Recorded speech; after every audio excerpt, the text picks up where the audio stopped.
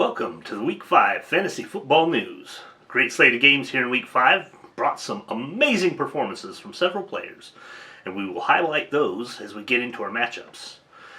Quick reminder that any teams that have not paid their $25 dues prior to the end of regulation time in Week 8, that's 2 weeks from this coming up Week 6, will have all players benched and rosters locked until accounts have been settled. You may remit payment to Mike Frazier or Eric Vaughn either by cash or Venmo. And now, I bring you a new segment, Bob Waffles' Weekly Mailbag. Take it away, Bob.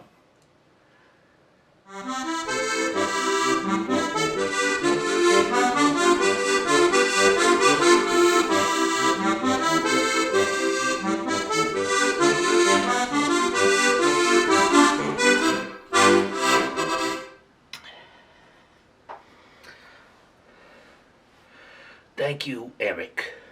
I'm Bob Waffles. I'm the host of the Weekly Mailbag, a segment where we answer your pointed questions about fantasy football. So let's just dig right in here, huh? Let's see here.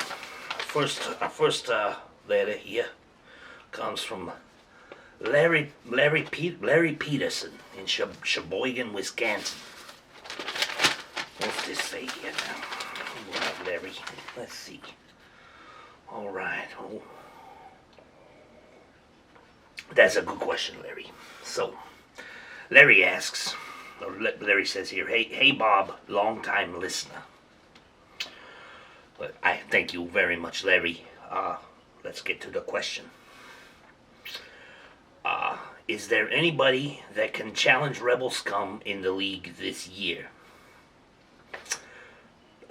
Well, that is an interesting question, Larry. Thank you. Short answer, no. Long answer, Rebel Scum.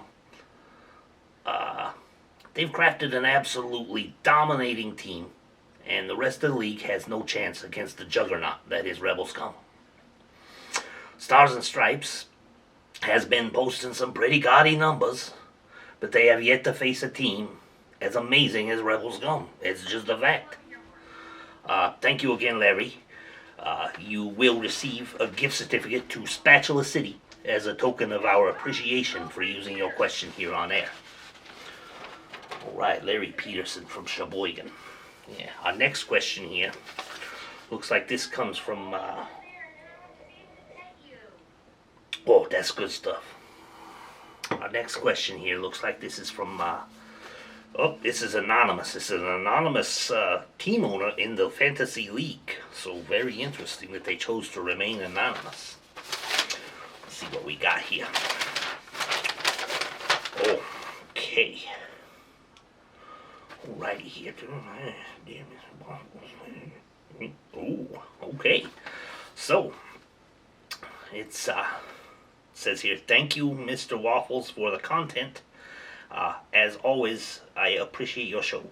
Thank you, anonymous team owner. My question is, what hair products does Rebel Scum owner Eric use? He is always so stunningly handsome, and well, I just want to know his secret. Well, that is a very interesting question. That's a very private question, anonymous. However, I am on pretty good terms with Eric. And he did share with me his hair care routine, which I will now share with you. Step 1, Eric says, egg whites. Comb egg whites through your damp hair to strengthen and lengthen. Step 2, and you need to listen very carefully here. There is no step 2. Mind your business. No gift certificate for you. That's it for Bob Waffles Mailbag. Have a great week 6, and don't forget to get those questions in for a chance to win a gift certificate if we use your question on the air. Back to you, Eric.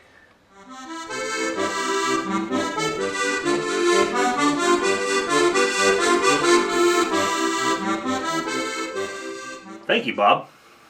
Our first matchup this week is Wu-Tang Cash versus Any Given Sunday. Despite keeping an injured Dalvin Cook in their lineup, Any Given Sunday was able to pull out the win by defeating a Wu-Tang Cash team that has been scoring steadily fewer points each week. Any Given Sunday had just average performances from the bulk of their lineup, yet managed a 20.05 point win over Wu-Tang Cash. 2/3 of Wu-Tang's roster managed sub-10-point performances and were just unable to make a real challenge in this one. At the end of regulation, it's Wu-Tang Cash 91.58, Any Given Sunday 111.63. Week 6 will find Any Given Sunday going up against North Division leader Stars and Stripes, while Wu-Tang Cash will see Team Scott Scott. Our second matchup, Sandlot Turf Burns versus Team Scott Scott. Coming off their first win of the season in Week 4, the Sandlot Turf Burns were looking to stay hot, while Team Scott Scott was looking to stretch their win streak to 3. Team Scott Scott had outstanding performances from Joe Burrow, Alvin Kamara, Kyle Pitts, and Mike Evans, with all 4 putting up 20-plus points. The Sandlot Turf Burns, who earlier this season lost number 1 pick Christian McCaffrey to injury, succumbed to more bad news as starting quarterback Russell Wilson underwent surgery on an injured finger that will likely lead to him missing as much as 8 weeks. The hits just keep on coming for the Sandlot Turf Burns, and they were unable to stop the Scott Scott juggernaut. Final in this one, Sandlot Turf Burns 128.38, Team Scott Scott 163.14. Next up for the Turf Burns is the mighty Rebel Scum, while Team Scott Scott will face the declining Wu-Tang Cash. Our third matchup, Team Marty versus Rebel Scum.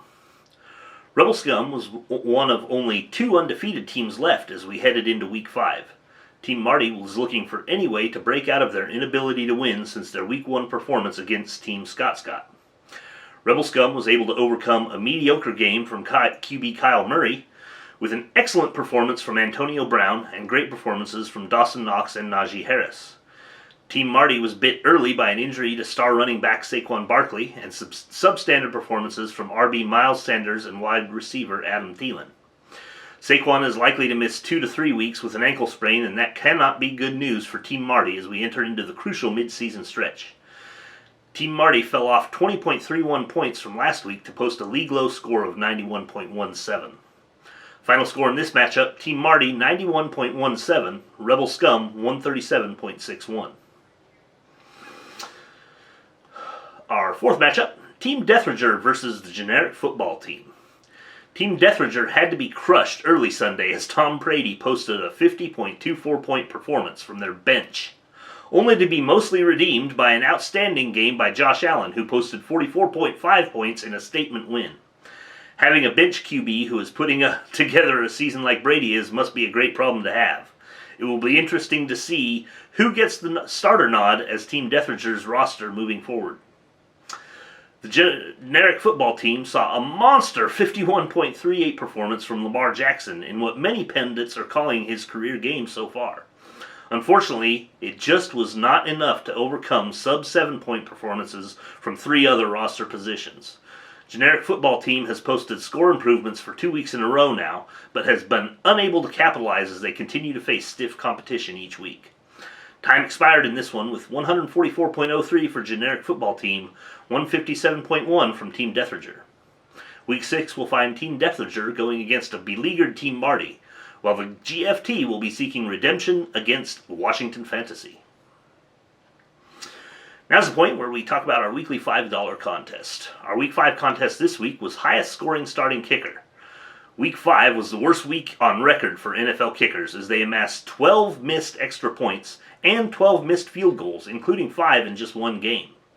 Despite all that, though, Greg Zerline of Team Scott Scott was able to post a 14-point performance and take a $5 prize for this week. Next week's contest is highest scoring started defensive and special teams unit. Make sure to check those matchups. And now, our featured segment, Who Made a Crappy Decision?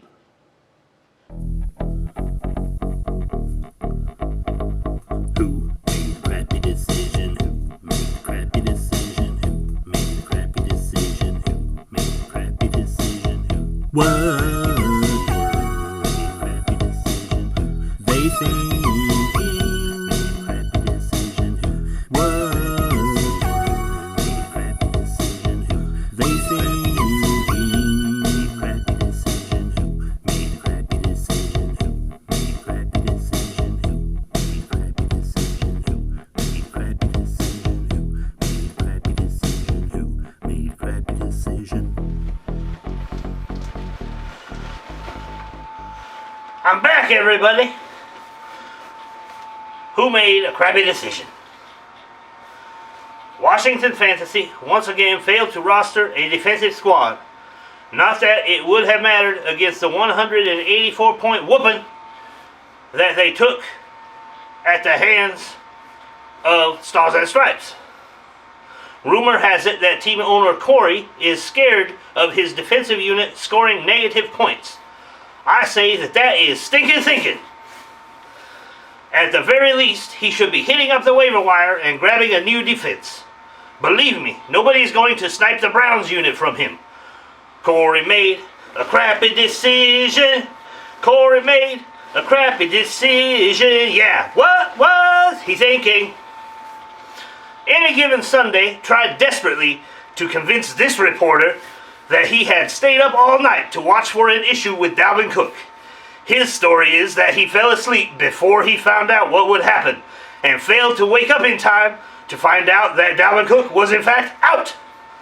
Casey made a crappy decision. Casey made a crappy decision. Yeah, what was he thinking? That's all this week. Who made a crappy decision? Who made a crappy decision? Our final matchup this week, Washington Fantasy versus Stars and Stripes. When the opposing quarterback posts up 53.32 points, it is safe to say that you are in for a long day. That was certainly the case for Washington Fantasy this week, as Justin Herbert had an absolutely lights-out performance for Stars and Stripes, throwing for 398 yards and accounting for 5 touchdowns, with 2 of those going to Stars and Stripes wide receiver Mike Williams, who had an impressive showing with 35 points for himself. Stars and Stripes also benefited from great performances by Derrick Henry, Kareem Hunt, and Robert Woods on their way to absolutely embarrassing a Washington Fantasy team that is now barely clinging to life as they continue to rely on an aging Aaron Rodgers. Stars and Stripes is the second of 3 teams to clear 50 points at quarterback this week, although as noted earlier, Team Deathringer had benched Tom Brady. When the dust had cleared on this one, Stars and Stripes improved 60 points over last week's performance to post an astounding 184.37 to Washington Fantasy's 123.56. Next up for Washington Fantasy is the generic football team, while Stars and Stripes takes on Any Given Sunday. That will do it for our Week 5 matchup recap. Let's take a look now at the standings heading into Week 6.